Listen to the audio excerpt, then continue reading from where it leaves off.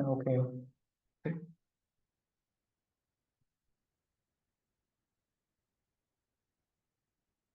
Okay.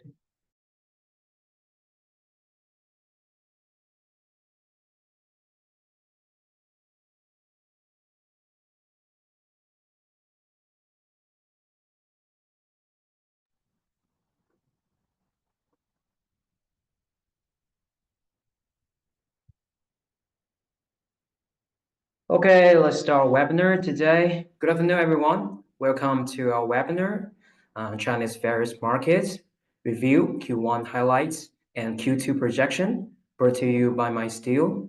My name is Jeremy Wu, and I will be your hosting for today's webinar. And I'm delighted to see several familiar and new faces joining us today. Thank you for your support and participation. So today's webinar will feature 5 expert analysts from my steel who will share their insights on China's various markets. The webinar will last approximately 1.5 hours, including a Q&A session at the end. Some of you have already submitted questions during the registration, which we'll address during the presentation or Q&A session. If you haven't submitted the question yet, please feel free to type them in using the Q&A icon at the bottom of your screen. Okay, so let's begin now with our first speaker today, Carly Chen, our steel analyst at MySteel. And Carly specializes in China's steel market with a focus on hot rolled coil, HRC, and rebar, and has been with MySteel since 2022. Carly will provide an overview of Chinese steel exports in Q1 and the outlook for Q2. Over to you, Carly. Okay, thank you, Jeremy. Let me share my screen first.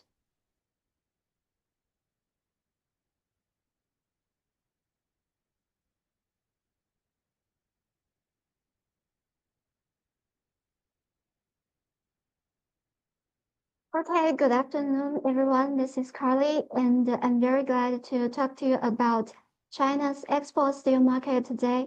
In fact, the whole world has been paying close attention to China's surging steel exports since last year. So how has the situation evolved so far? And what's ahead for Q2? Let's take a closer look today. We'll start with a review of China's steel exports in Q1 and followed by a focus on the intensifying trading measures against China's steel. And finally, we will wrap up with the outlook in Q2. So let's take a look at what's going on in Q1 first. As we can see, China's Q1 finished steel exports remained strong, reaching over 27 million tons, the highest first quarter volume since 2016. While China's domestic steel demand had remained weak during the Chinese New Year holiday, steel suppliers had actively sought trading opportunities in overseas steel markets with their competitively priced offers. And considering that China's steel shipments abroad are typically fulfilling orders booked 1 or 2 months earlier, the increasing trade frictions since late 2024 have unsettled Chinese sellers, pushing many of them to rush for front-loading shipments before the situation worsens. And moving on to some other important trends. Here are the key destinations and the products for China's steel exports over January to February. And we can see clearly that both the exports to Vietnam and the exports of HRC have shown a notable decline. And this leads us to think about the anti-dumping case against the Chinese HRC initiated by Vietnam, China's largest steel consumer and major HRC importer. And finally, it decided to impose provisional anti-dumping duties in this late February. So in the first 2 months, Vietnam's imports of Chinese HRC declined by 41% on year. The impact of Vietnam's anti-dumping case into Chinese HRC is just one single example of the growing number of trade measures targeting Chinese steel. And this brings us to the second part of today's discussion, the intensified trade measures. Here you can see the newly launched trade investigations against the Chinese steel products so far this year, continuing the trend from 2024. And in fact, last year saw a 9-year high in steel exports, but it also witnessed 33 new investigations. Here's a list of trade decisions that have been made so far this year regarding Chinese steel products. And these decisions once again vividly highlight the trade pressures facing Chinese steel products. So let's take a closer look at some of the most significant trade cases initiated by China's top steel consumers like Vietnam and South Korea. These 4 investigations targeting key products like HRC, plate, and coated steel are expected to impact over like 10 million tons of Chinese steel based on 2024 data. And when we shift our focus to the United States, we can see that the total tariffs on Chinese steel have now reached 70%. This includes the 25% tariff imposed specifically on Chinese steel in 2018 and another 25% in 2024 and 10% on all Chinese goods introduced in this February, which naturally includes steel. And in March, a further 10% was imposed. And as we can see from the table here, China's direct steel exports to the US are relatively small, so the tariffs has just a limited direct impact. In contrast, China's exports of downstream steel products like automobiles and ships to the US are much larger, meaning more significant indirect impact. Meanwhile, some Chinese steel products is exported to the US through third countries. For example, Mexico's steel exports to the US increased by 40% last year, with 60% suspected to be re-exports from China. So the new stricter tariff policies will significantly restrict such re-export channels. Moreover, the US tariff actions trigger a ripple effect, with other countries tightening their steel import restrictions in response. So under these exports headwinds, what's ahead for China's steel exports in Q2? Let's now move on to the last part. So my view is that China's steel exports are likely to decline in volume, while prices may rise in Q2. Specifically, the exports volume in April may decrease moderately, while a sharper drop is expected in May. According to a Mastio survey on 66 Chinese HRC makers, their total scheduled exports will decline by like 9% almost to around 1.4 million tons in April. And we'll see a larger almost decline of 16% in May, landing at just 1.1 million tons. Some of front-loading orders may support steel exports in short run, as some Chinese steel suppliers try to ship out before China's stricter export tax regulations take effect in May. In fact, there has long been a practice in China's steel export market of purchasing export license documentation to evade domestic taxes, and the new stricter export regulations aim to close these loopholes and improve tax compliance, which will significantly strengthen the supervision of steel exports without VAT practice. So in May, these lower-priced steel exports without VAT will be eliminated. In parallel, the external environment may become more even challenged in Q2. Vietnam's prior provisional anti-dumping duties on Chinese HRC mainly targeted coils with a width of no more than 1,818 millimeters.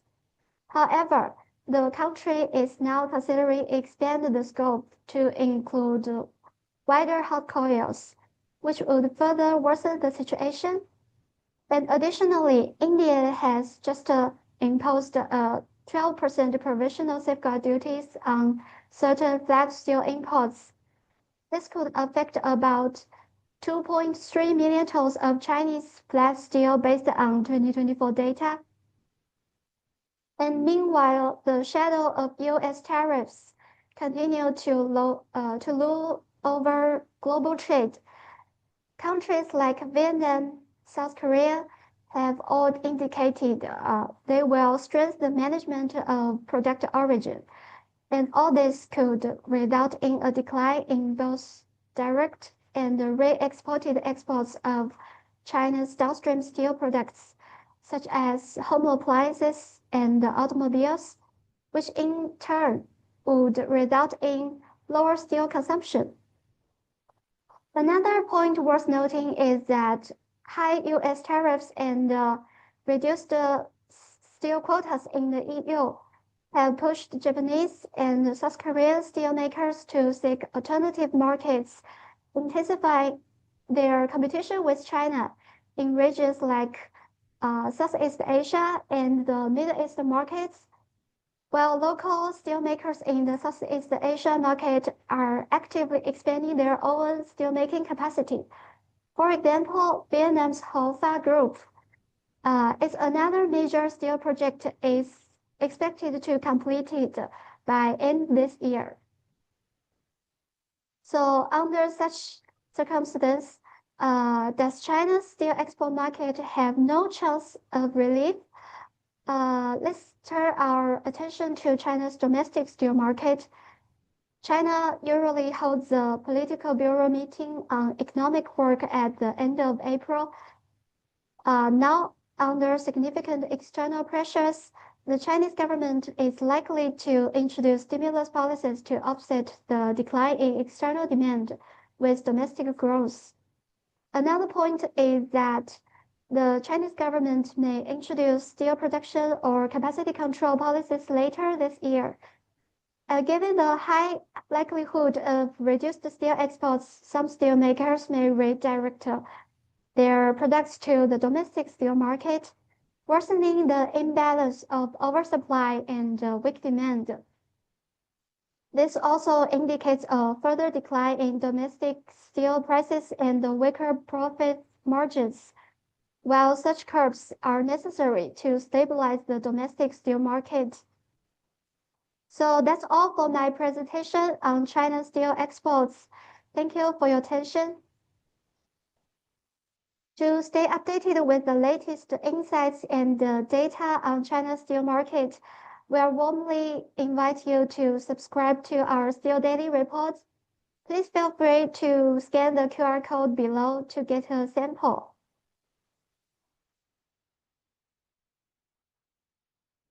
And my contact details are below. Please feel free to reach out to me. And thanks again. And over to you, Jeremy. Thank you, Carly. Thank you for sharing. Very, very insightful today. And okay, let's keep moving on. Our next speaker is Irene Zhuang, iron ore analyst at MySteel. Irene is instrumental in developing expertise in China's iron ore physical and derivatives market and producing rigorous analysis through regularly published commentaries and reports. Irene will share her expert insights on China's iron ore market in Q1 and outlook for Q2. Over to you, Irene. Okay, thanks, Jeremy. Good afternoon, everyone. So let me share my screen first.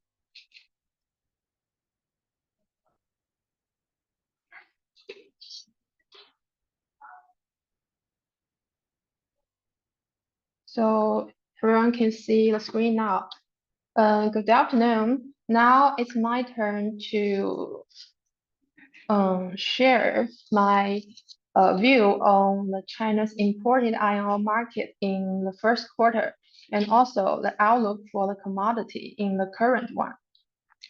Here is a gist of my speech today. First, I'll talk about the price performance in the Q1 and also the factors contributing to the price trend. Then I'll provide an outlook for the iron ore price, mainly from the perspective of supply and demand. In the end, a forecast for the price will be presented. So let's get started now. Generally speaking, in Q1, Chinese prices for imported iron ore first rose and then dropped. From the left chart here, we can see that the fluctuation was modest in comparison to the sharp decline recorded in the Q1 in the last year. However, the iron ore prices have been hovering at relatively low levels so far this year. So the average price in the Q1 was actually weaker than the previous year. We can see from the right chart that my steel CDEX for 62% Australian fines average $103 per dry ton in the past quarter. It is lower by as much as $20 per dry ton compared to the Q1 in 2024. And for more details of the price trend, we can see that the iron ore prices slowly rose in the first half of the quarter and then peaked in late February. After retreating for some time, the prices started to moving sideways in the second half. Generally, it's a inverted V-shaped trend, and it is shaped by multiple factors. And now I'll explain. But first, the rise in the iron ore prices earlier in the quarter was mainly supported by the shrinking supply. We can see that actually the supply have been shrinking because the seaborne shipments were hindered by the frequent adverse weather. According to my steel's tracking, the volume of iron ore dispatched by the global ore miners in the Q1 dropped by 2.1%. And among them, the shipments from Brazil have been largely flat on year, but those from Australia slipped by 1.2% on year to just 217 million tons. The decline was mainly blamed on the frequent tropical cyclones that hit the Western Australia over the past quarter. The cyclones had caused the operation of major ports in the region to be shut down from time to time. So as a result of the weak iron ore shipments, China's iron ore imports in the Q1 was lower by 7.8% from the previous year. And for each month from January to March, the import volume was all lower than the year ago level. While the supply was shrinking, the demand for iron ore was actually robust as domestic steelmakers were active in production. In Q1, the total hot metal output of the 247 Chinese steel mills under my steel's tracking was higher by 2% on year. Particularly, the output in March alone jumped by 6% on year. Why was the hot metal output resilient during what was supposed to be a weak season for steel demand? Here are some possible reasons. First, many blast furnaces were taken offline at the end of the previous year. So with a new year beginning, they were gradually brought back online after the annual maintenance was completed. Second, better profit margins on steel sales encouraged many mills to lift their hot metal output. We can see from the right chart here that During the Q1 last year, less than 30% of the sampled mills were able to make the profits, but this year the ratio was around 50% throughout the quarter. And last but not least, before China's annual two sessions were held in the early March, there had been strong expectations for more policy stimulus to introduced, which helped to underpin the prices of ferrous products, including iron ore. However, the downward pressure occurred in the second half of the first quarter and thus depressing the iron ore prices.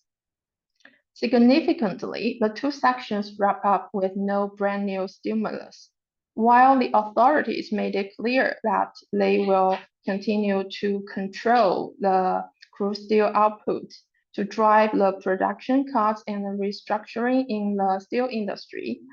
This announcement dampened market sentiment and caused the iron ore prices to decline immediately. Another negative factor is the slower than expected recovery of steel demand in the past months. Actually, the steel use in China usually picks up rapidly in March as the weather becomes more present for the outdoor construction activities. But this year, the recovery was far slower. We can see that the consumption of 5 major steel products in China rose by 25% on month in March, but it pales in comparison to the growth rate of 72% in the same month last year. Moreover, the overall steel consumption in China gained by 2% on year in Q1, but the consumption in March alone actually dropped by 15% on year. So this also underscored a weaker March than usual for the steel consumption. So altogether, these factors caused the imported iron ore prices in China to fall after rising in the Q1. As for the current quarter, the fundamentals of iron ore are expected to weaken, and then so the prices will be way down. First, regarding the supply, it is expected to recover rapidly in Q2. For one thing, the fading impacts of the adverse weather in Australia will usually lead to a seasonal increase in the iron ore shipments. And this year, the rebound is expected to be larger than the previous year, given that in the past quarter, the region was beset by more frequent cyclones. And for the others, some Australian ore miners tend to ramp up their shipments during March and June, that is the final quarter of their fiscal year, with the aim to polish their annual performance results. So it is anticipated that the iron ore arrivals in China's ports this quarter will be larger than the previous one, and the monthly volume is forecast to peak in May. Well, in terms of the iron ore demand in the Q2, it will first stay strong and then gradually weaken following the change in the hot metal output. In fact, as the Q2 begins, the hot metal output has continued rising as the steel consumption rise further with more present weather. However, it is expected that the arrival of summer in late Q2 will usher in the low season for steel consumption, which will lead to lower hot metal output. Meanwhile, we notice that Chinese steelmakers have maintained their iron ore stocks at low levels so far this year. It is shown in the chart right here. Since late January, the ore stocks by the sampled mills have largely been lower than the comparable time in the previous 2 years. It reflects the fact that to control their production cost, Chinese steel makers are making smaller purchases of iron ore. And apart from the above factors, the potential measures might be introduced to control the crude steel output in the near term or the medium term. And China's steel exports will be pressured by the recent tariff war. So all these factors will hurt iron ore demand as a whole. And given the weakening fundamentals, the imported iron ore stocks at China's ports are expected to generally accumulate in the Q2. Previously, in Q1, the mills were active in hauling iron ore cargoes from the ports to meet their higher production demands, while the arrivals were low due to weather disruptions. So the old stocks at Chinese ports generally dropped by the end of Q1, while in the Q2, the arriving and discharging volumes will reverse, so the accumulation will be the general picture. In conclusion, the imported iron ore prices in China are forecast to retreat after rising. Specifically, the average price of the 62% Australian fines is seen falling to $94 per dry ton, lower by about $9 from the Q1. On the fundamental side, we can see the rising iron ore shipments will add to China's iron ore supply, and will be reflected in the mounting iron ore port stocks. Meanwhile, the demand for the steelmaking material will first grow with rising hot metal output and then lose steam as the steel consumption in China peaks in summer. On the macro front, the potential implementation of crude steel output will cap the iron ore demand among mills, and the higher tariffs China is facing has led to a bearish outlook for the steel product export. And this will also affect China's iron ore demand. And more importantly, the ever-changing international environment featuring the intensified trade war will pose more uncertainty to the price of commodities, including the iron ore. So that's all for my presentation today. Thank you for your listening. If you want to learn more about China's imported iron ore market, you are welcome to subscribe to my Steel's daily, weekly, and monthly reports. For example, the Raw Materials Daily will provide you the latest news and data on steelmaking materials like iron ore, coking coal, coke, and so on. You can scan the QR code to request for samples. Other reports related to iron ore include MIOA Ferrous Monthly and the Ferrous Narrative and Numbers Weekly. Now let's hand it over to our host.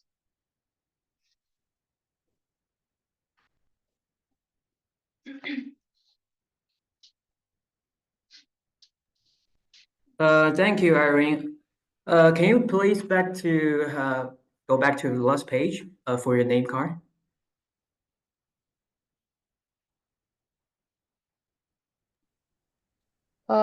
You mean the Your name page card, one? thank you. Because yeah, your name card, thank you. I mean your contact info. So our clients can have a look for your contact information and have a screenshot for them.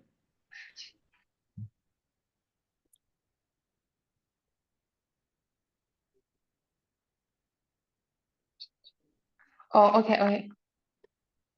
Yeah. So everybody will leave here for 10 seconds for you to take screenshot for Irene's contact information. And before next speaker, I will also share again our last speaker colleague's information again, up for 10 seconds for you to screenshot if you have an interest.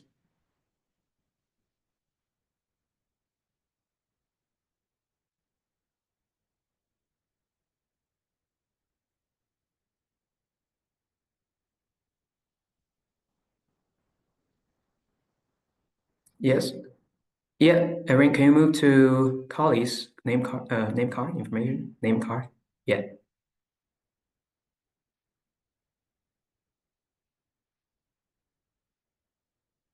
Yeah, this is Carly's, our steel analyst's contact information. Feel free to take a screenshot. We'll leave here for 5 seconds.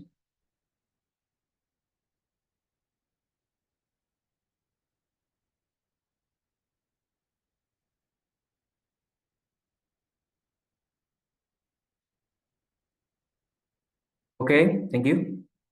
Thank you, Irving. Thank you. Thank you for your sharing. Okay, so our next speaker is is Winnie Han, coal and coke analyst at MySteel. Winnie focuses on China's met coal and coke markets and has been delivering timely market reports and actionable insights at MySteel since 2022.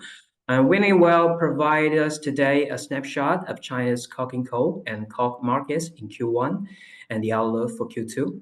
Now let's welcome Winnie. Over to you, Winnie. Okay, thanks, Eric and Jeremy. Let me share my screen.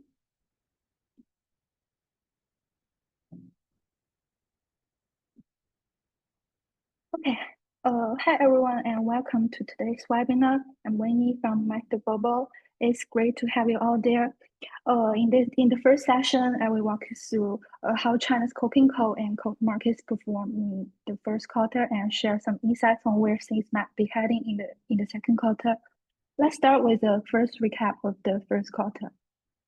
Since last October, these two sectors have been on a prolonged downtrend, mainly due to a mismatch between supply and demand. Coke prices took a heavy hit after Chinese steelmakers pushed through even 11 rounds of coke price cuts, also putting considerable pressure on upstream suppliers, with coke producers running at losses during the period. And things finally started to shift a little by late March and early April as market sentiment began to improve, with leading steelmakers in North China's Hebei and East China's Shandong raised their coke purchase prices by the same margin, marking the first increase since last October. While the improvement was very modest, this still signaled an end to the month-long slump for those two markets. Still, prices are unlikely to fully recover to the pre-downturn levels as downstream demand still has a cap, while coal and coke inventories are still high by historical levels. Now let's look at how demand and supply have created the supply surplus.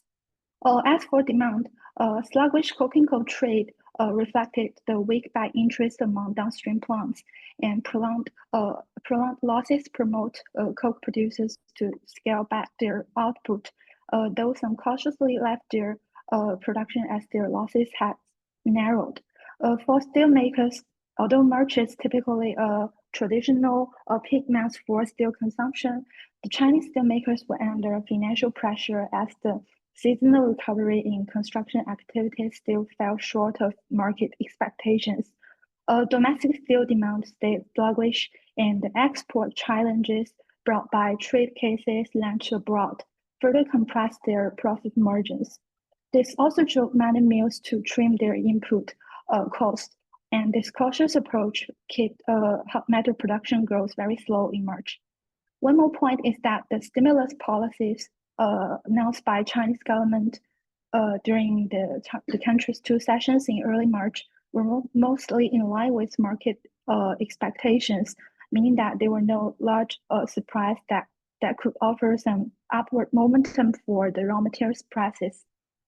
Well, things started to get better in April with China's hot metal production started to pick up at faster paces, so that the demand for coke also rose accordingly, which means that they needed to restock more of these materials to feed their production need.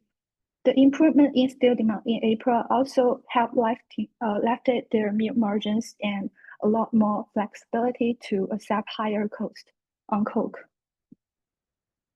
Despite a slight uptick in demand, China's coking coal supply are still operating under an oversupply model, largely because that domestic supply of both coke and coal remains relatively high compared to demand. For example, the country's coal output hit record high in March, and the record-breaking monthly coal output seen a departure from calls for coal production curbs from the country's two coal industry bodies in February. Also meaning that China's coal market still needs to grapple with the oversupply situation.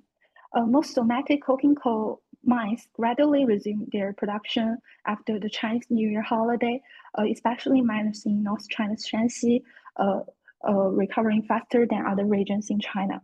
But we still found that the 5-month decline in coal prices has curbed some production enthusiasm of some private mines, with some of them considering production cuts due to financial losses and reluctance to sell their coal at quite low prices. Meanwhile, coking coal inventories at China's main producers and suppliers have decreased in the first quarter, but they still hovered above the historical levels, reflecting that coking coal supplies remains ample. China also produced more coke, including the metallurgical coke, both in March and the first quarter compared to the same period last year, reflecting that the met coal supply was also sufficient compared to demand. We can also see the inventory at China's coastal ports and the custom-bonded warehouses near the Mongolia border also remained high in the first quarter, still well above the previous 3-year levels, despite some drawdowns in the first quarter. But the good news is that the abundant port-side sources has made procurement more flexible and accessible for buyers. The diversified seaborne coking coal supply has provided China's buyers with more options when buying, while also lifting the efficiency for sellers.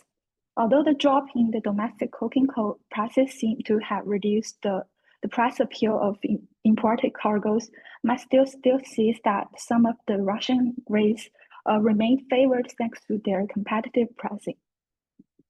With these oversupply conditions, it's no surprise that the seaborne coking coal prices came under consistent pressure in the first quarter. For downstream plants, we should say that caution became the norm. It's become routine for them to be cautious about restocking large quantities of materials, although they usually replenish their inventories before the Chinese New Year holiday. Well, this year their enthusiasm was much lower due to their revenue losses they had endured in the winter season. Most of them just bought what they needed to keep their operations going normally, trying to avoid further losses by keeping their stock levels very, very low. So, what can we expect in the next quarter? According to master data and market feedback, we have already seen a very short-lived recovery in April, as the country's steel prices managed to hold steady, and hot metal production also rose thanks to their new margins improvement, which helped support the coking coal prices and coke prices. Although the coke prices showed some signs of improvement, we can see any price rebound is likely to be very mild. Last year, we saw 4 rounds of price hikes in April, but this kind of momentum is unlikely to be repeated this year. This was because the momentum from steel markets was much weaker this year. The recovery in steel demand during this so-called peak season has also fallen short of expectations. The property sector is still underperforming, and on top of that, the external pressure is growing. Trump's renewed threat to impose tariffs on China's imports has added fresh uncertainty to China's export outlook. These factors from both domestic and external markets still weigh on China's ferrous commodity market. From a supply and demand perspective, the coking coal market is still dealing with oversupply, even with some easing in March. Coke producers can tweak their output based on their profits, but the market supply overall is still outpacing the demand. Lastly, the hot metal production is likely to peak in mid or late April, and it began trending down from mid to late May. Consequently, met coal and coal demand are expected to weaken again starting in June or even earlier, and could remain under pressure moving into the third quarter. We might see a short period of stability of coal prices in the coming weeks, but more headwinds are likely to show up as we move closer to summer. If the macro and steel demand continue to disappoint, coal and coking coal prices could even touch new lows when autumn season comes. Finally, the government reiterated in March that the country's crude steel output will remain tightly controlled this year. If new output restrictions are introduced later on, this will add another layer of uncertainty that it might weigh on China's steelmakers' demand for materials for the year. Now let's take a quick look at China's coking coal imports in the first quarter, especially March. So in March, China imported about 8.6 million tons of coking coal. That's down nearly 3% from February and about 4.6% lower than the same time last year, also hitting the lowest level since last February. The supply-demand imbalance in China's domestic coking coal market continued to weigh on prices, also making imported cargoes less competitive. A notable shift happened with the U.S. coking coal was that the shipment from the U.S. plunged by more than 80% on year and over 80% a month and 60% on year. The sharp drop followed that China's announcement on February 4th to impose an additionally 15% tariff on U.S. coking coal, which has wiped out its price edge. Well, despite imports from the U.S.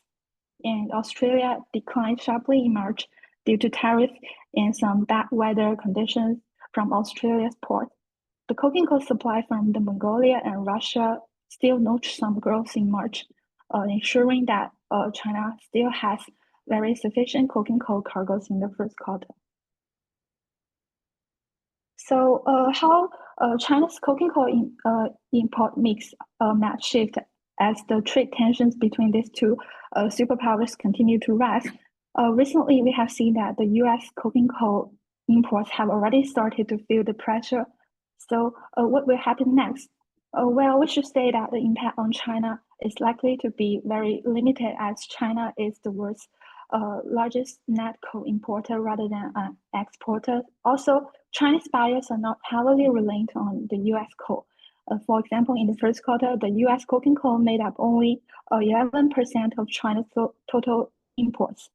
They have plenty of alternatives at ports from other destinations. In the coming months, we expect China to increase their imports from Australia and Canada to fill the gap left by the reduction of the U.S. coal. The tariff might not only shake things too much in China, but it will shift the global trade patterns in the future. We think that the direct impact on China will be quite manageable, but on a global scale, we might start to see some trade routines reshuffle in the coming months.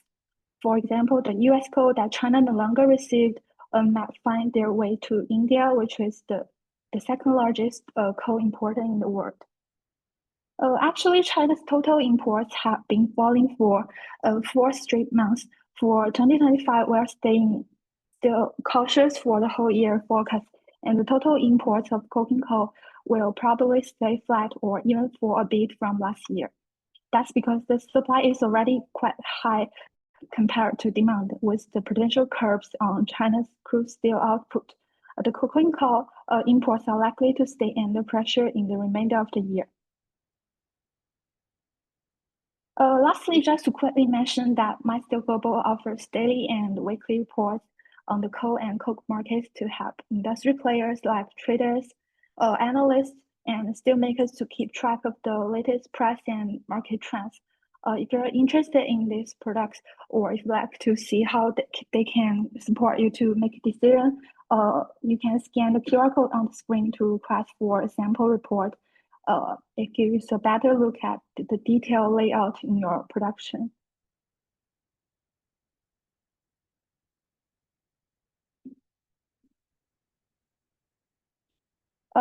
I hope today gave you a picture of the near-term outlook for China's coking coal and coke markets.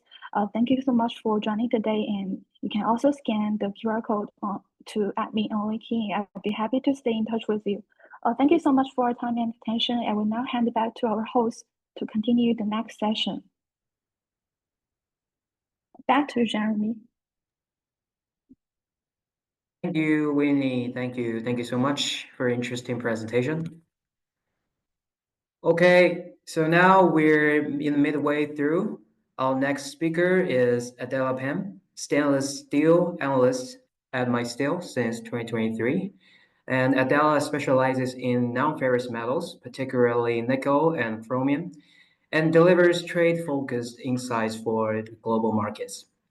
And today, Adela will share her expert insights on the current state of the stainless steel fundamentals and how the upcoming May expiry of SHFE warrants may impact the market. Now, over to you, Adela. Okay, thanks, Jeremy. You can see my screen sharing, right? Sure. Okay, thank you so much. So good afternoon, everyone. I'm Adela, a stainless steel analyst from MySteel Global. Thanks for joining me today. In the next 20 minutes, I'll take you through the key supply and demand dynamics, cost structures, export developments, and policy risks shaping Chinese stainless steel market this year.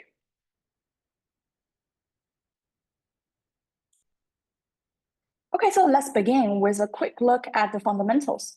In March, China's stainless steel supply hit an all-time high, pushing the first quarter's output to 9.5 million tons, up 12% year on year.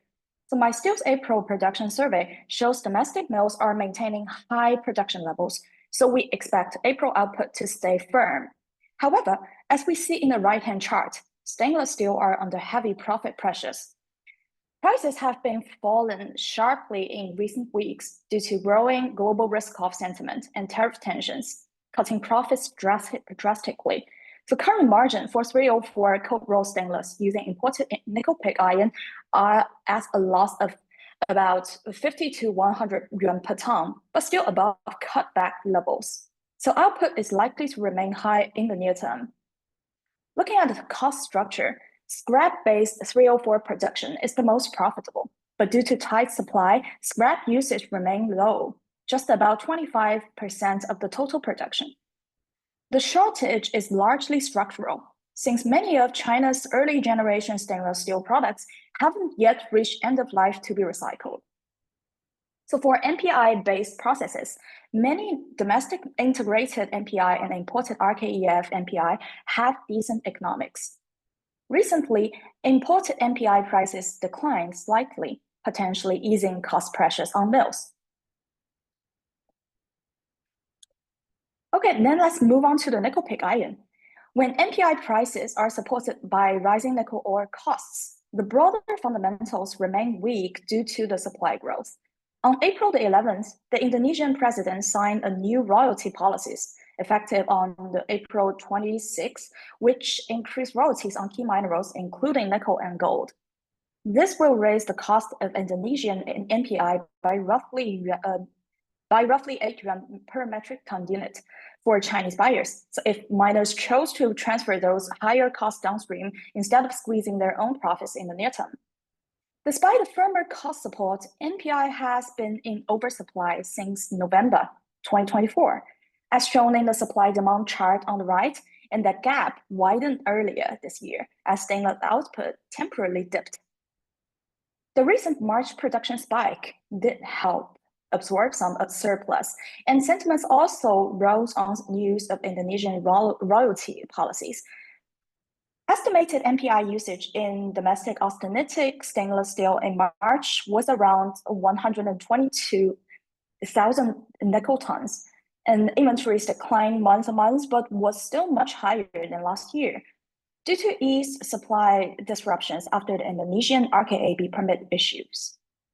For the second quarter, we estimate the NPI price floor at the 950 yuan per metric ton unit, and the latest bids from Qingshan have already touched 970 yuan per metric ton unit, confirming the bearish trend.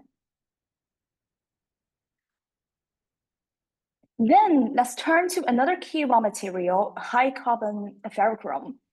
In the first quarter, ferrochrome supply was tight due to mounting smelter losses, which drove production cuts. Despite persistently low tender prices from mills, chrome ore prices surged from February onward. As shown in the right chart, the spread between the port side and seaborne ore narrowed sharply, reducing access to cheap ore and pushing costs higher.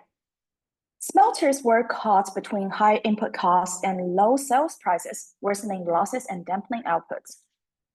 Yet downstream demand remained strong.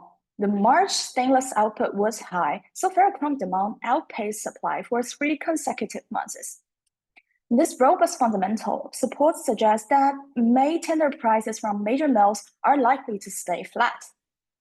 Currently, spot ferrochrome prices have surged to 8,400 yuan per ton and 50 chromium basis. And while there may be a slight pullback, smelters' profits will remain tight and sensitive to mill procurement prices. With an overview on the supply side, now let's examine inventory movements.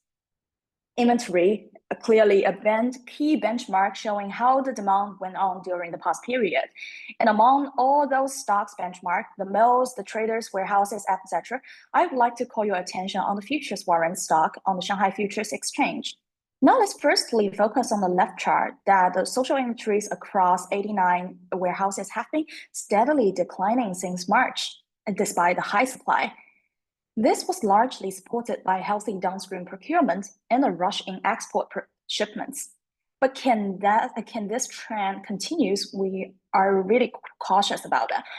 There are 3 risk points we need to monitor. The first one should be the Shanghai Futures Exchange warrant surge.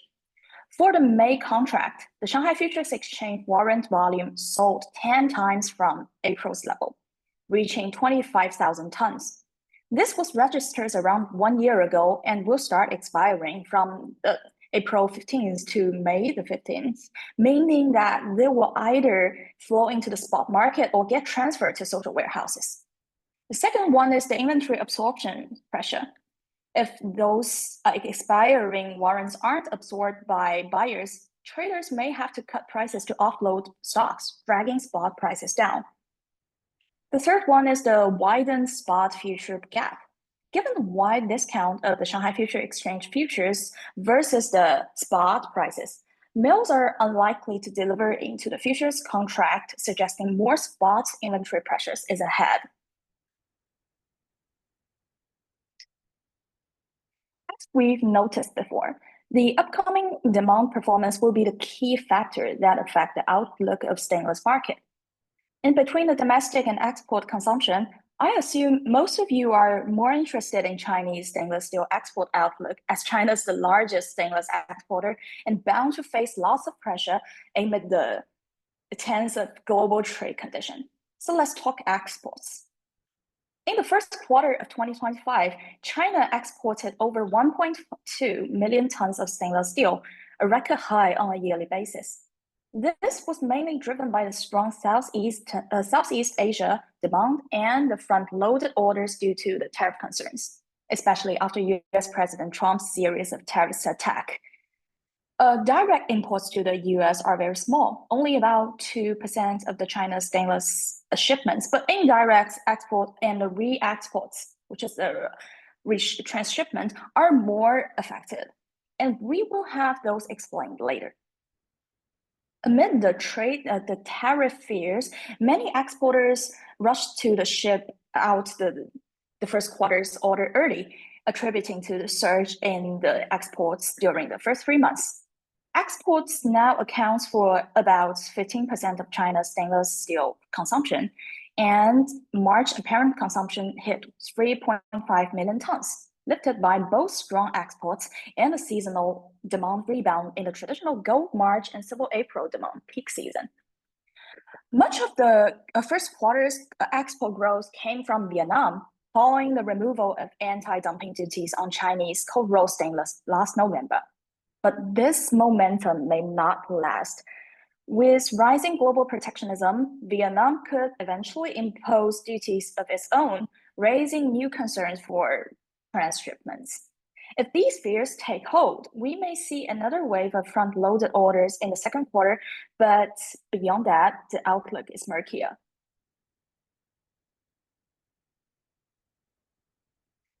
Okay, so on March 28th, 5 Chinese government bodies jointly released a notice aimed at the tightening tax regulations on good exports. The goal is to close loopholes in export management and strengthen tax compliance. That is a news I suggest that some of you may be interested in as well. So this new policy has already sent shockwaves through China's steel export sectors, especially in stainless steel. For years, some exporters have used proxy export license, a practice known as locally as buying bills, to avoid the domestic tax obligations. Market sources estimate that around 10% of China's stainless steel exports in 2024 involve such proxy trading. The stricter tax policy is expected to directly curb the practice, reducing the volume of untaxed, low-cost stainless products heading overseas in the short term. As shown in the right-hand chart, since 2021, some exporters have relied on these proxy channels to offer stainless steel abnormally low prices.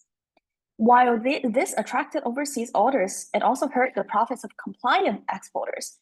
Some legitimate traders even withdrew from the overseas market due to unfair competitions. Over the past 2 years, China's average stainless steel export prices have fallen much more sharply than the domestic prices, underscoring the frequency of this practice. Still, the new tax rules could bring long-term benefits. By phasing out artificially cheap exports, legitimate exporters may regain profits again, and paving the way for a healthier export environment and gradual improvement in average export prices. And as shown in the left-hand chart, even with value-added tax included, Chinese stainless steel still remain price competitive on the global market.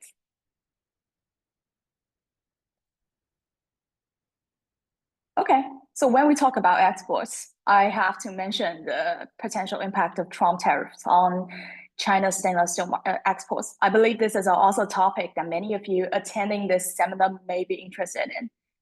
And since Trump announced his candidacy in January, he has launched a fierce tariff campaign against global trading partners, hitting global commodity markets hard.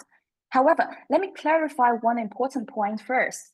The recent so-called reciprocal tariff imposed by the US do not apply to products already subject to the Section 232 and Section 301 tariffs. That means that the 245% tariff recently announced on all Chinese products does not include steel products. As you can see from the US has long imposed high anti-dumping and countervailing duties on stainless steel coil from China. As a result, the amount of CRC and HRC export from China due to the US has remained very limited, less than 2% of total exports. So in short, the direct impact of Trump tariffs on stainless coil export is quite limited. However, the imposition of broad-based tariffs globally make transshipment trade from China more difficult, with fewer tariff-free routes available for duty evasion. These points may be familiar to many of you, so today I would like to emphasize a more important angle: the indirect impact of Trump's tariff on stainless steel downstream exports. Okay, take, for example, tableware, kitchenware, and other household stainless articles. This product category was hit with a 45% tariff starting in March.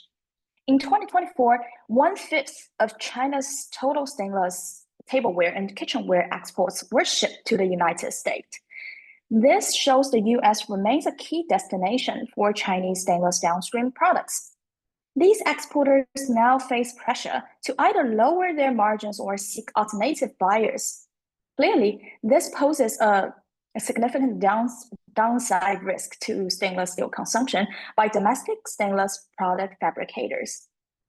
At the same time, the sudden surge in tariff risk has had a strong impact on global derivatives markets. The day after Trump's global tariff announcement, as China responded with a countermeasure, global financial market lost trillions of dollars in value. highlighting the investors' panic around the tariff escalation. So excessive trade protectionism could also accelerate the global economic downturn, further dragging down consumption and potentially leading to a broader economic recession. Now that we've covered the fundamentals and sentiment drivers, let's wrap things up by looking at where stainless steel prices may be heading next. Looking back over the past 6 months, we can see that both futures and spot prices for stainless steel experiencing a synchronized downturn in the fourth quarter 2024. Futures valuation were slightly weaker than spot prices throughout that period. This is mainly reflected in the correction of the high price level seen in the third quarter last year, along with some seasonal pressures that weighed on the market. Moving into the first quarter 2025, stainless futures rebounded on expectations of seasonal demand recovery. And along with the cost support from NPI, this led to higher future valuations, which in turn encouraged some stainless steel mills to deliver materials into the Shanghai Future Exchange warehouses for hedging purposes. At the moment, however, stainless futures are trading at very low valuations, so low, in fact, that they've approached the calculated marginal cost bottom for stainless steel production. This has squeezed the prices across the entire value chain. For the second quarter, the stainless price floor is estimated around 12,800 yuan per ton. The pressure mainly comes from a few factors: expectations of weaker export volumes, rising domestic inventories, and weakened cost support, all of which are dragging prices lower. Looking ahead into the second quarter, one key thing to monitor is the inventory level. MySteel's latest data last Thursday already showed a 0.3% weekly increase in the traders' warehouses inventory. While this is not a huge increase, it marks a notable upward trend. If this trend continues, surplus supply driven by high production could put further pressure on prices. Should this happen, we may see stainless mills forced to cut production in a bid to rebalance the market fundamentals.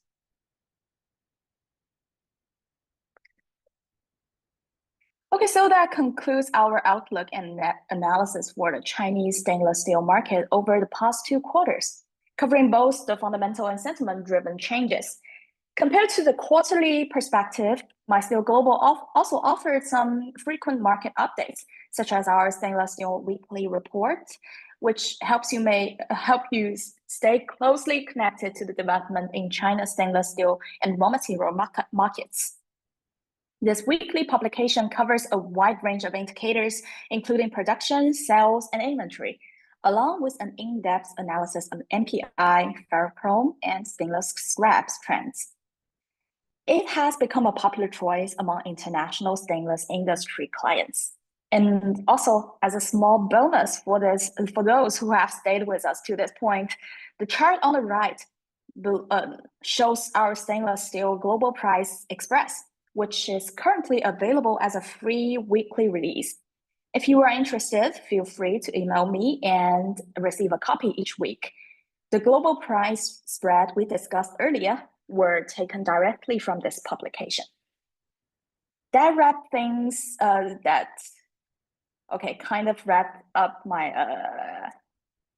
up my seminar today, and I'd like to happy to connect and exchange views with any of you after this session. Thank you, and now back to our host.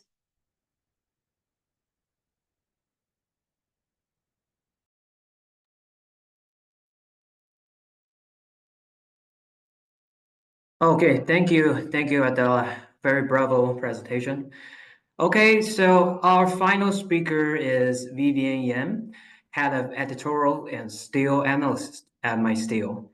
And Vivian, she's a former seasoned media professional, and now she's specializing in market intelligence for bulk commodities, with in-depth expertise in China's ferrous metal sector. Vivian will share her expert insights on how China's steel market performed in Q1 and what to expect in Q2, and we'll proceed with the Q&A session after her presentation. Now let's welcome Vivian. Okay, thank you, Jeremy. Hello, everyone. Welcome to our latest online sharing on China's Ferrous market, development of Q1 and the outlook for Q2. Let me share my screen first.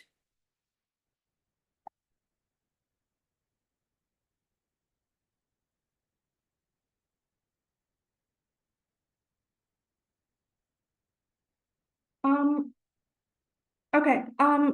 So for my part, I like to talk about a few key issues that have been getting a lot of attention lately. So specifically, I'll be focusing on the impact of the U.S. reciprocal tariffs on China's steel market, the widely discussed the targets for crude steel production cuts and the steel demand performance from several major downstream sectors.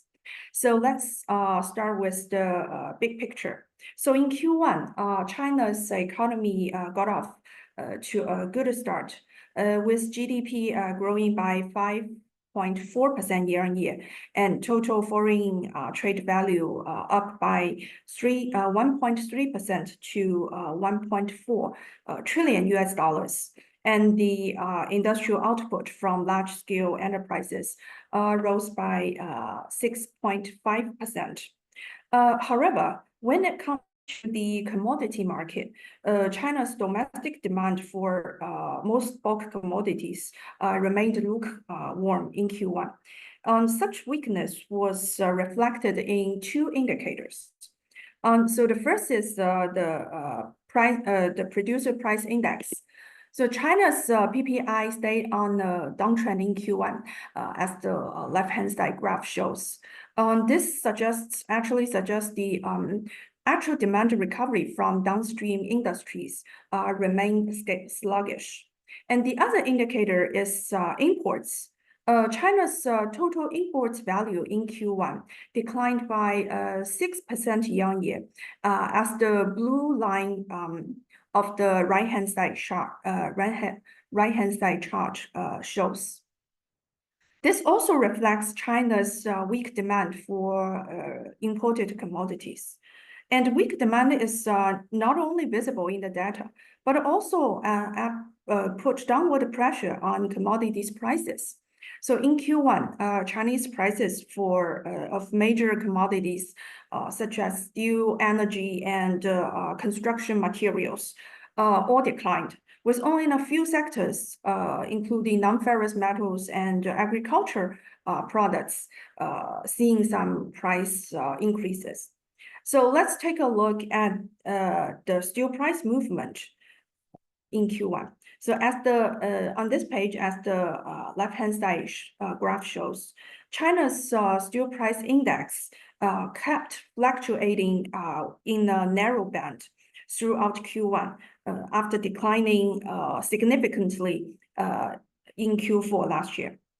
So aside from subdued demand, the contraction and restructuring within the steel industry are also the major factors behind the softened steel prices. And the steel price decline, of course, inevitably led to the sector's negative profits.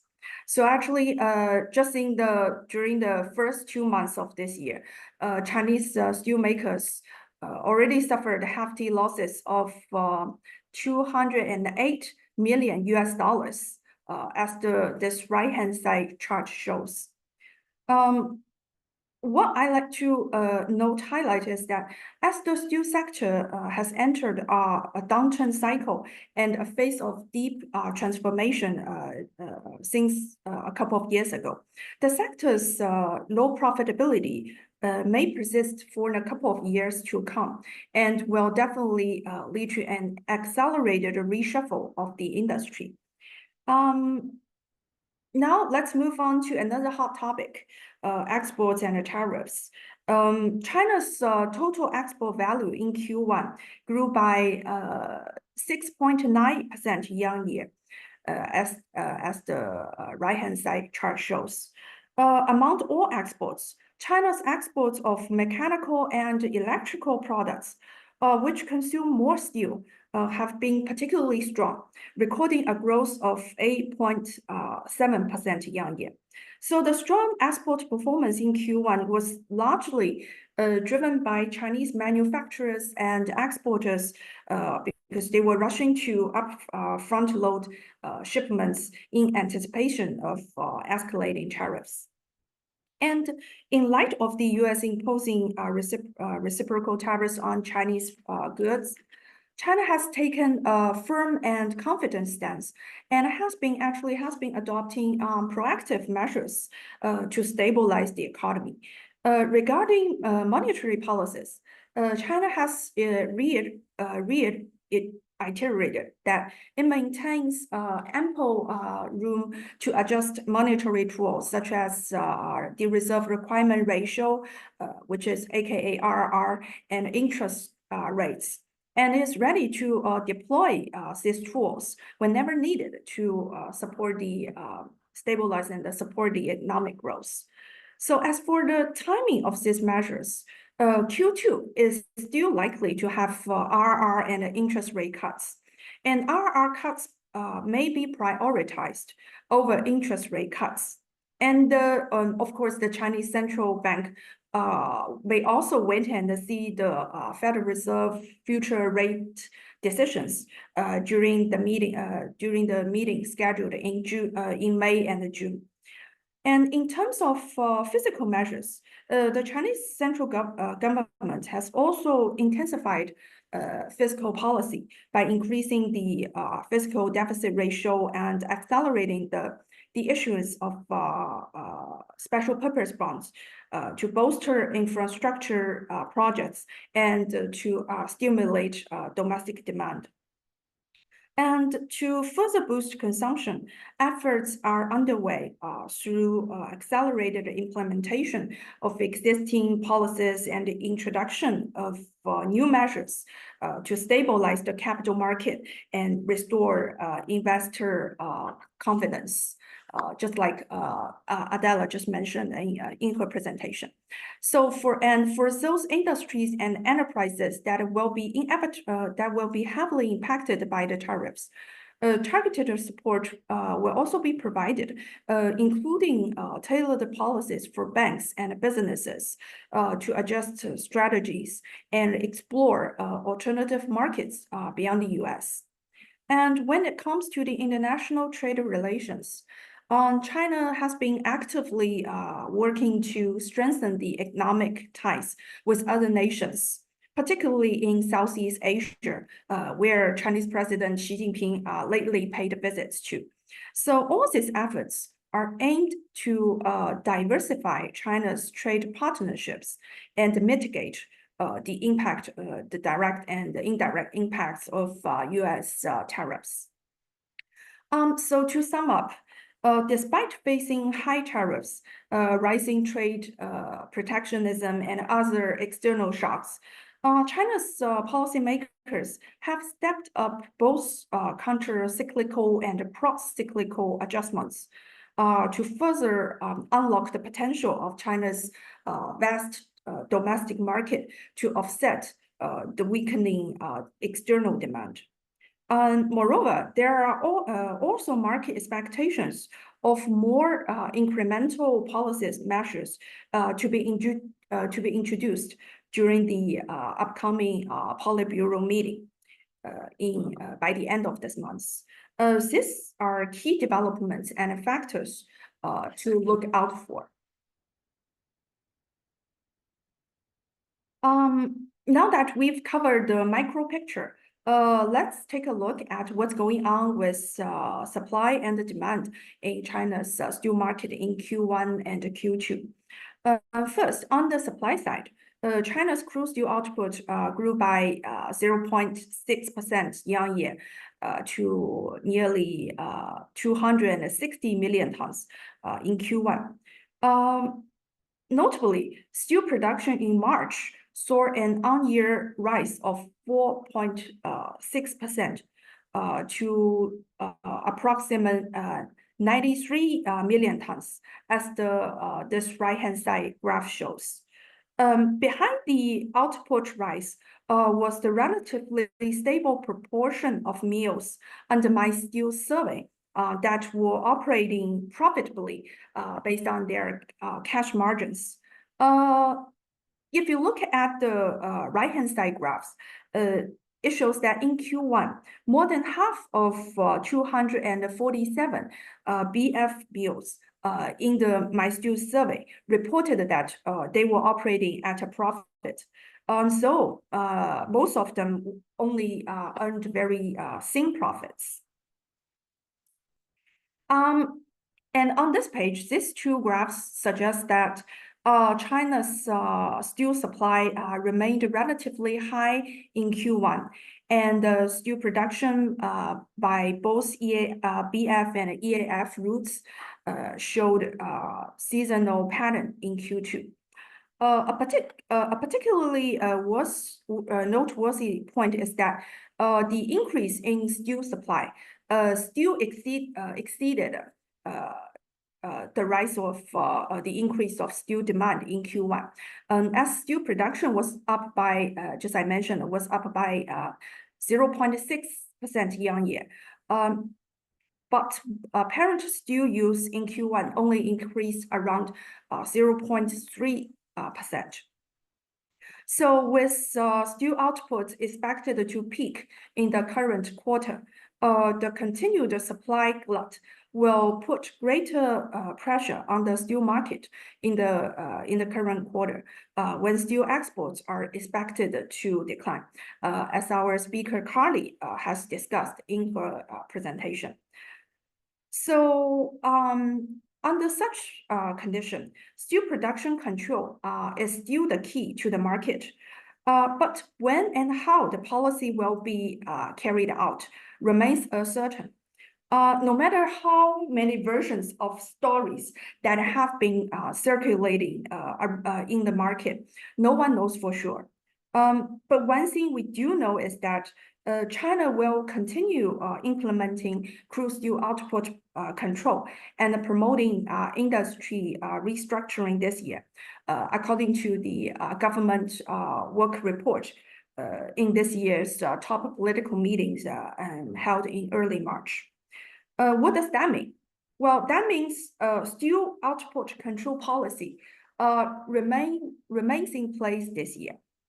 So far, the most widely circulated speculation in the market is the potential crude steel production cut of 50 million tons this year. But how logical and reasonable is this version? To answer this question, maybe let's just first review the crude steel production cuts in 2021 and 2022. So China officially implemented the crude steel production policy starting from 2021. Requiring the country's total production in 2021 to be no higher than the 2020 production level. And the same policy was also applied in the following year, that is 2022. So as a result, crude steel production in 2021 was at 1035 million tons.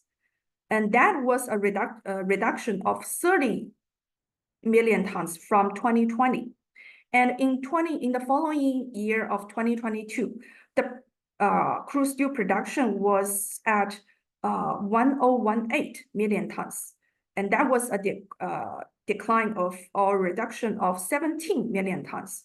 And for 2024, last year's crude steel production was at 1005 million tons. And that was a reduction of 14 million tons.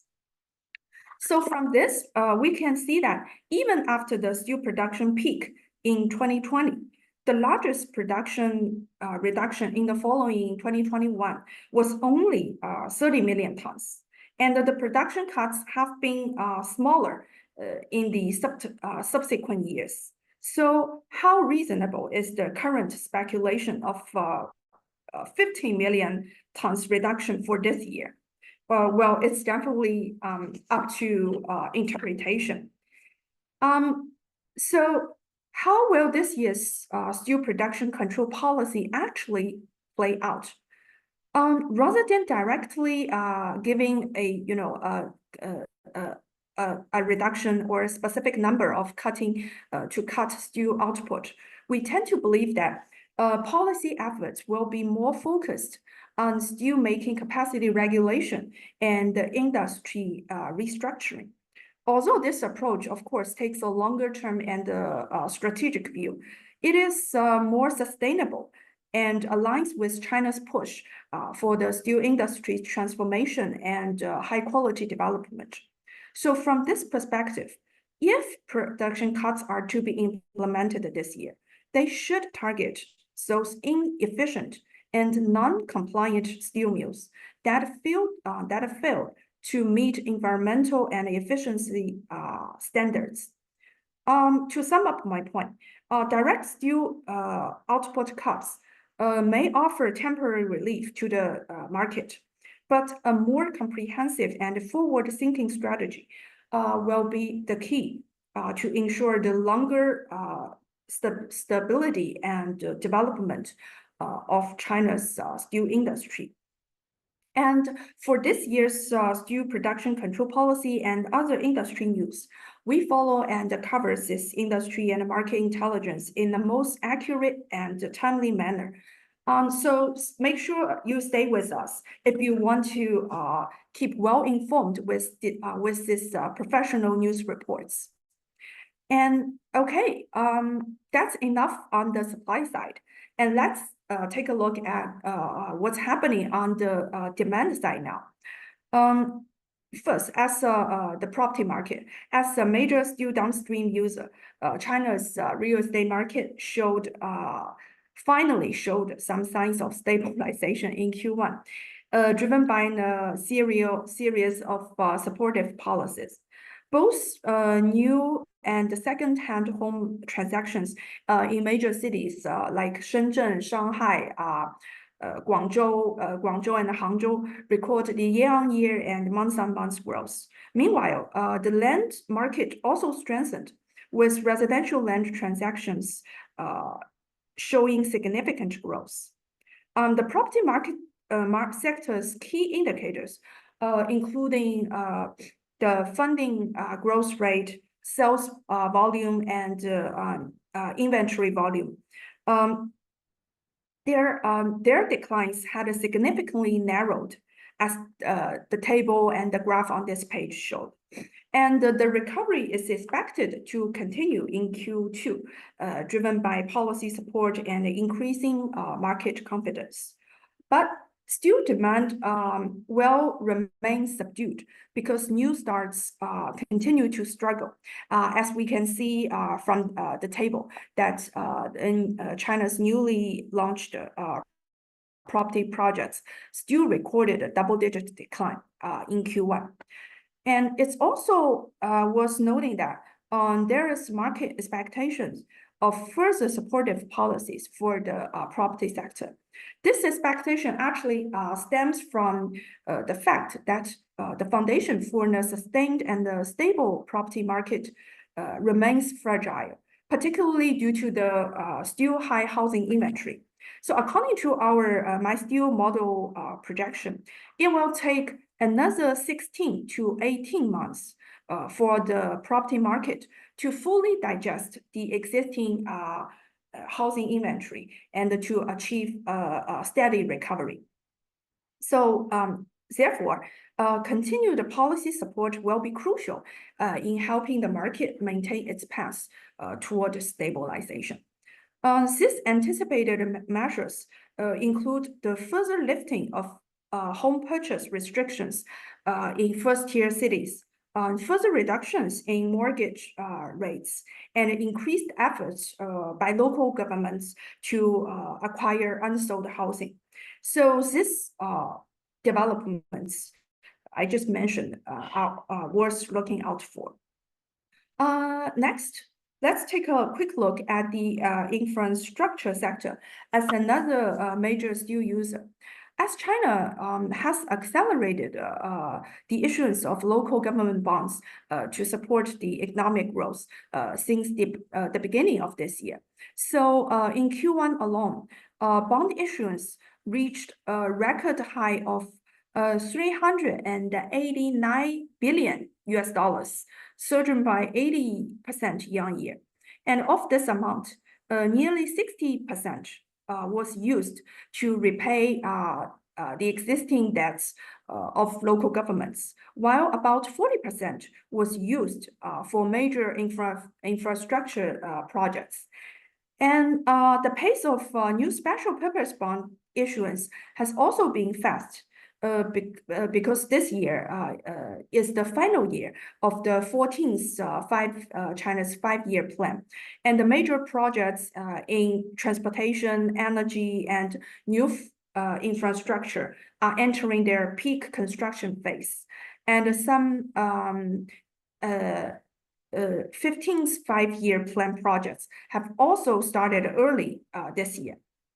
So the infrastructure sector will remain instrumental to steel use this year. Finally, let's take a look at the manufacturing sector. Well, this sector has undoubtedly become the main driver of steel demand in recent years. So from this page, we can see that the main indicators in the manufacturing sector industry all showed positive signs.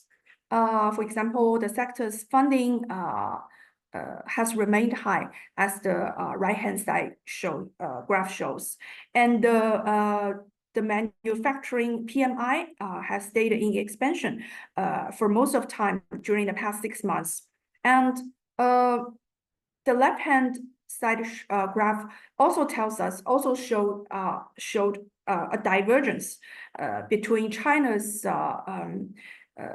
manufacturing PMI and global manufacturing PMI in Q1, because with Trump taking office in January and his following tariff hikes, the escalated trade war across the world has added a pressure to global manufacturing sectors by increasing costs and uncertainties. As China has been stepping up to boost domestic consumption and expand demand, and to strengthen domestic economic circulation, to further unlock the vitality and potential of the massive domestic market in response to weakening external demand and other external shocks and uncertainties. The Chinese manufacturing sector is expected to maintain strong momentum this year, and thus will largely shore up steel demand.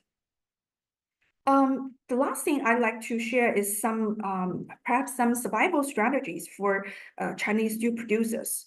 Because against the backdrop of US reciprocal tariffs and the broader rise in global trade protectionism, China's direct and indirect steel exports are facing increasing pressure, with more countries taking restrictive trade measures against China origin steel products. Direct steel exports are expected to decline from Q2, as we've discussed earlier. So for Chinese steel producers, this makes it more crucial to actively explore new markets, such as the Middle East, South America, and Africa. And accelerating their going abroad or overseas expansion is also crucial to their survival. And for steel exporters, how to maintain their price advantage of their products amid rising international steel prices is equally vital. And it is the same case for China's indirect steel exports. Based on our survey and estimates, China's indirect steel exports to the US reached nearly 16 million tons in last year, accounting for nearly 11% of China's total indirect steel exports. And the key products include like machinery, household appliances, automobiles, and ships. The U.S. reciprocal tariffs are having a direct effect on global steel trade flows. So how to explore emerging markets and tap into potential demand of these markets and while maintaining a competitive edge in prices has become crucial in navigating an increasingly complex international trade environment for Chinese manufacturers. All right, that brings my presentation to an end today. Thank you all for your attention and hope you have enjoyed it. If you have any inquiries or feedback, please to connect me on LinkedIn. Next, let's move to our Q&A session. Okay, so we will just start with the first question as we are already running late. So the first question is about iron ore. Our audience would like to know how will tariff placed on Chinese products impact China's iron ore market? So Irene, would you like to answer this question? Okay, thanks, Vivian. As for the U.S. tariff on China's iron market, actually the direct impact will be minor, as the commodity accounts for only a tiny portion of the trading between the United States and China. However, the tariff will constrain the export demand of Chinese steel products, especially those exports through indirect trading.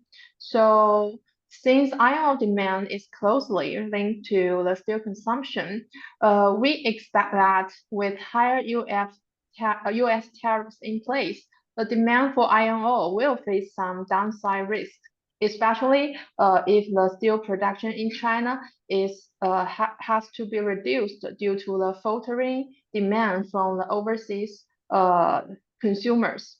So accordingly, the prices of iron ore might be way down, but the extent will be depends on the actual amount of reduction in the steel production.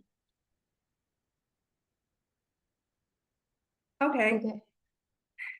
Okay, thank you, Irene, for your explanation. Okay, the next two questions about coke and coking coal. So China's coking coal imports from Mongolia dropped by nearly 20% in Q1. What has led to this decline? And with coking coal imports from the US declining, is it likely that China will increase its imports from Mongolia and Russia instead? So Winnie, would you like to answer these two questions? Yeah, okay.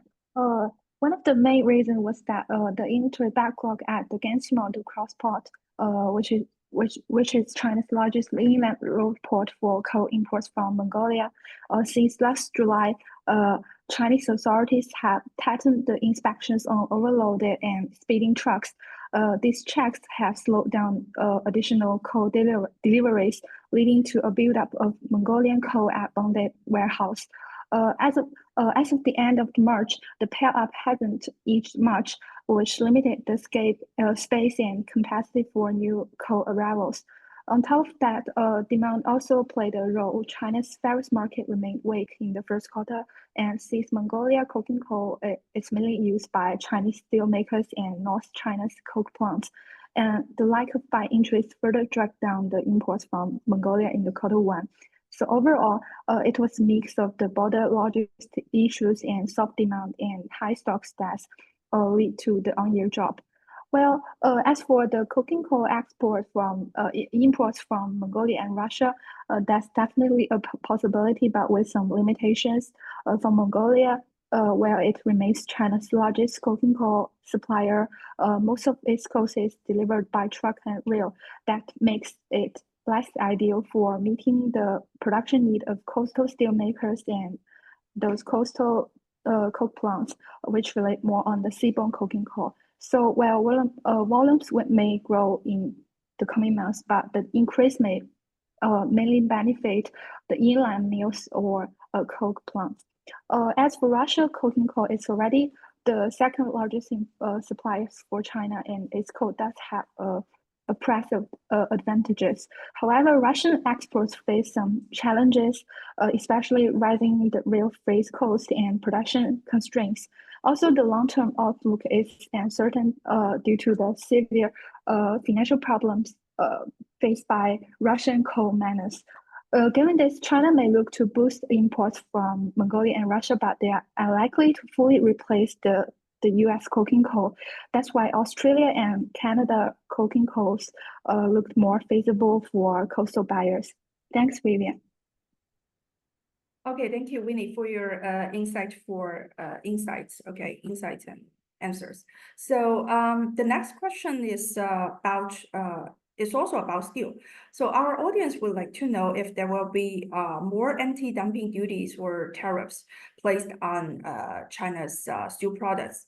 So Carly, what's your thoughts on this question? Okay, thanks for the question, Vivian. Well, I think it's quite possible. As I've mentioned, Vietnam is now considering expand the scope of its anti-dumping measures, and India has also recently announced safeguard duties. In fact, with the sweeping US tariffs, many countries are now becoming increasingly concerned about protecting their own industries. So this is likely to drive them to make more protective measures. But since major consumers of Chinese steel have already launched investigations on key steel products, the further impact of possible cases from relatively smaller consumers targeting secondary products may not be as disruptive as we have said initially. And that's all for the question. Thank you, Vivian. Okay, thank you, Carly, for your answer. And the last question is about stainless. We've been discussing China's crude steel output controls. So our audience would like to know, is it expected to see production cuts in stainless steel this year? And how likely is it that stainless crude steel output will stay high in the coming months? So Adela, what's your opinion? Okay, thanks, Vivian, and good question. Crude steel output control in China are mainly a policy-driven effort to address the overcapacity issues. So the government has been actively encouraging supply-side reform and phasing out excess production. However, the fundamentals for stainless steel are a bit different. Currently, both apparent consumption and export volumes of stainless steel in China remain at a relatively healthy level. This means that although supply is strong, it hasn't weighed heavily on prices, at least not enough to trigger urgent output cuts. For example, in April, the scheduled production of 300 series stainless remained high at around 1.9 million tons. This shows that the producers still have strong production momentum. While many of them are operating at a loss, the losses haven't yet reached the threshold that would force large-scale production cuts. So that said, we are seeing growing profit gaps among different stainless series. That has already prompted some 300 series producers to shift production toward other grades, especially the 200 series, where supply is currently tight.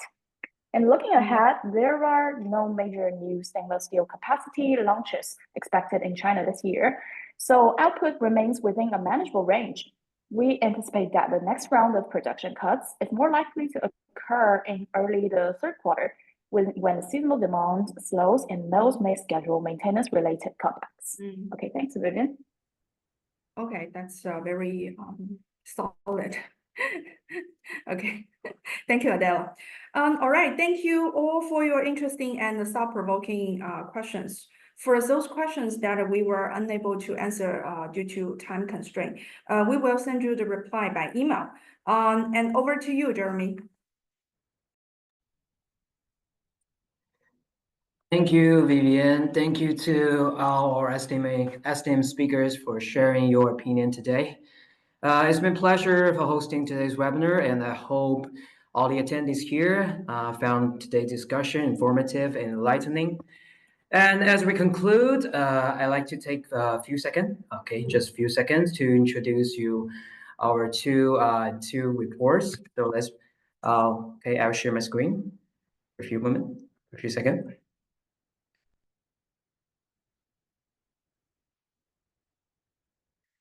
Okay, so basically the first is the newsletter, Glance at China's Steel Market. So basically this newsletter is a it's free reports that we regularly send that to our subscriber and non-subscribers. So it basically provides you the overview about some key indicators like price, inventory, and from upstream to downstream to help you have a overall picture of the China steel industry, especially for the steel market. So if you want to to receive this report regularly, you can just scan the QR code here to have a registration, and after that you'll receive this regularly. I'll leave here for 5 seconds for you to save the picture.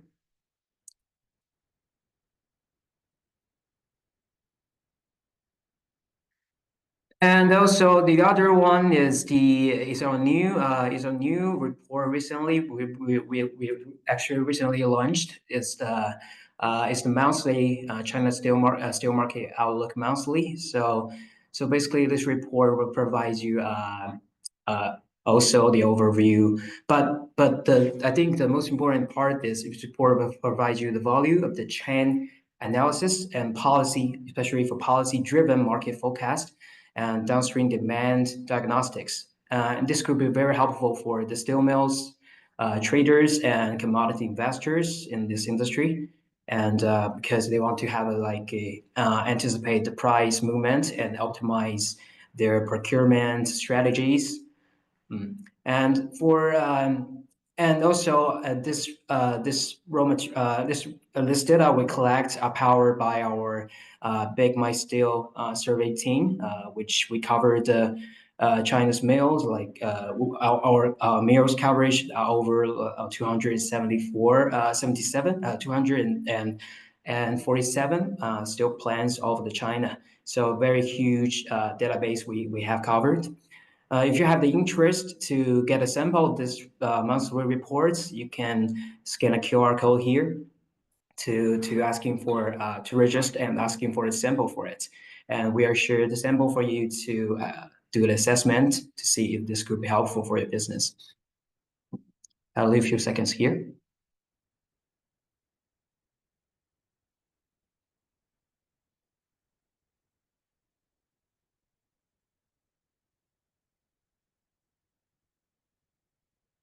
And also, if you don't have the still haven't got the picture or skip the picture, you don't have the chance to have a screenshot. Here is the like a conclude for the today's QR code.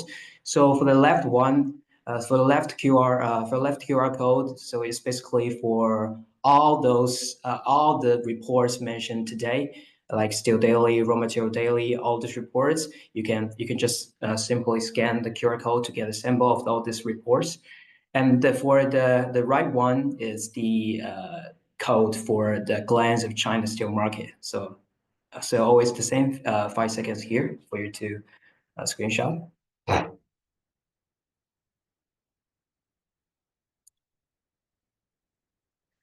Okay, and I know you guys might also want to curious about how to get the slides and the video recording for today's webinar. And as you see here, we charge for the webinar slides and the recording. And so basically we charge $399 US dollars for the non-subscriber and $199 for existing subscriber. So if you have the interest to get this to get a webinar, to get the slides slides for today's webinar and for the recording for today's webinar, just feel free to send a message to the inquiry mystill.com, the email address shown here. And also, we hope we can always keep connected through LinkedIn, Twitter, and WhatsApp. You can just search MyStill Global on this platform to get our information and our account. And hope we can stay connected. Okay, thank you again for everybody who joined us today, and we look forward to see you next time in the next webinar. Okay, it's wrap it up for today. See you next time. Bye bye.